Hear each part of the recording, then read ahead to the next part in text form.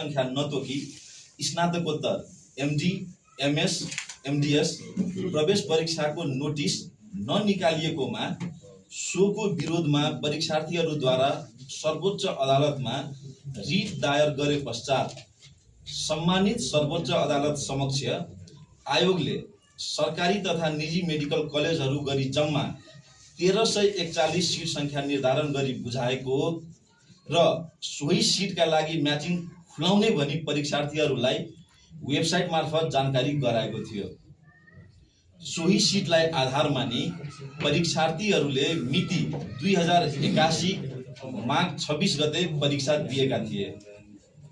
परीक्षा अगावै माघ 25 गते सामान्य प्रधानमन्त्रीज्यूको अध्यक्षतामा बसेको आयोगको 16औं बैठकमा आवासीय चिकित्सक एमडी, एमएस, एमडीएस हरूको निर्वाह भत्ता नेपाल सरकारको 8औं तह सरह रु 48,737 उपलब्ध गराउने निर्णय भएको र कार्यान्वयनको लागि परिपत्र गरिएको थियो।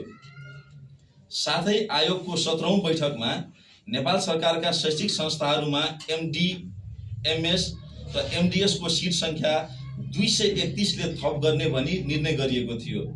सोही निर्णय अनुसार 2081 फागुन 5 गते सीट संख्या बढाई सरकारी र निजी मेडिकल कलेजमा गरी जम्मा 1496 सीट पुर्याइएको थियो।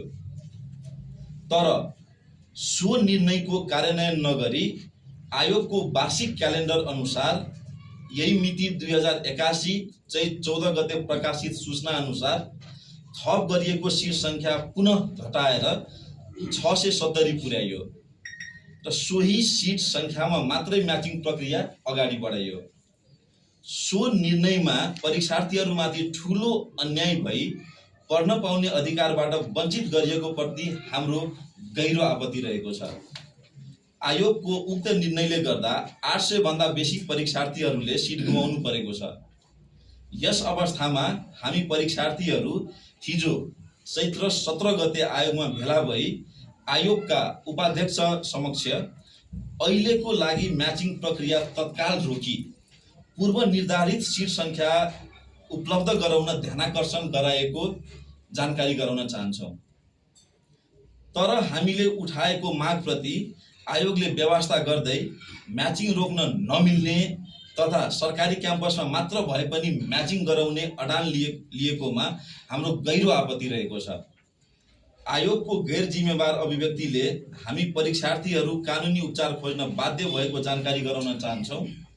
आयोगले गरेको अन्याय विरुद्धको यस लडाईँमा